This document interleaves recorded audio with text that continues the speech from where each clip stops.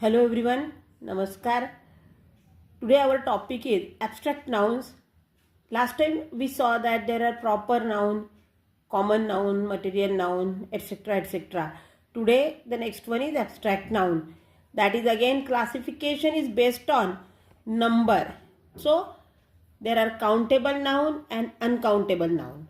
In countable noun you can get singular and plural. So what is a countable noun? The noun which can be counted in number, जे आपल्याला संख्येत अंकात मोजता येतं त्याला आपण इंग्रजीमध्ये काउंटेबल नाउन म्हणतो.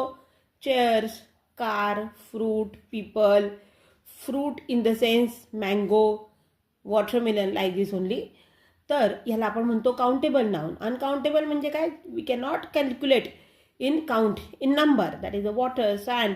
आपण त्याला 1 2 3 4 1 5 6 7 8 असा बर्फ आहे, 10 12 असं सँड आहे. You can not tell like this. So it is known as a uncountable noun which can not be count in number. The next one is what? Singular.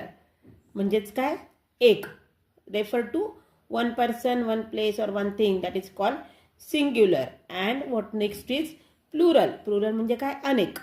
Singular एक वचन, प्लुरल म्हणजे अनेक वचन. तर प्लुरल म्हणजे काय? More than one. जास्त. त्याला आपण म्हणतो plural. So this is known as a abstract noun. For further classification and further information, stay tuned. Thank you.